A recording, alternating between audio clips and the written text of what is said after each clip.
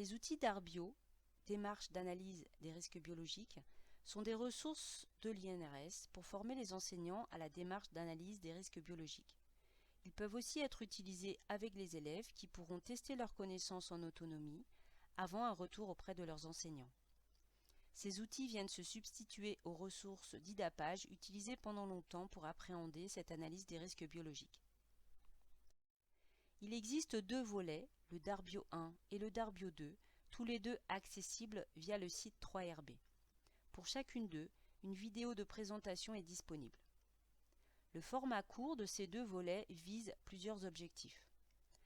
Appréhender la méthodologie liée à l'analyse des risques en repérant les composantes de la situation de travail, s'approprier le vocabulaire spécifique nécessaire à un discours univoque, analyser des situations professionnelles relevant de la voie professionnelle et de la voie technologique, et enfin, proposer des mesures de prévention pertinentes au regard de la situation professionnelle rencontrée. L'outil Darbio 1 se décompose en 6 parties. Les 5 premières s'attachent à définir le vocabulaire et la méthodologie à appliquer pour analyser convenablement une situation professionnelle dangereuse. La dernière partie se résume en un quiz permettant de vérifier l'acquisition des différents éléments constitutifs de la démarche avant de passer à l'application grâce au Darbio 2.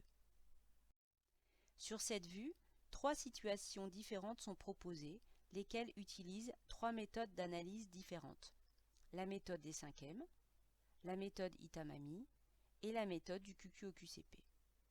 La première situation relève de la voie technologique, tandis que les deux autres situations relèvent de la voie professionnelle. En cliquant sur les onglets proposés, vous êtes orienté sur le contenu attendu de chacun d'eux. Une fois repérées les composantes d'une situation de travail, il faut pouvoir identifier le danger, puis la voie d'exposition pouvant conduire à une atteinte à la santé, immédiate ou différée. Les dangers, que sont les agents biologiques, sont ainsi classés par groupe en fonction de l'importance du risque qu'ils présentent. L'exposition des opérateurs aux agents biologiques se fait par 4 voies de transmission détaillées ici. En cliquant sur la carte dédiée à chacune des voies, un exemple de transmission vous est soumis.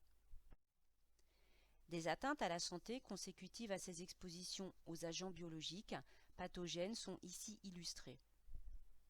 Comme précédemment, en cliquant sur la carte dédiée, vous trouverez un exemple d'atteinte à la santé.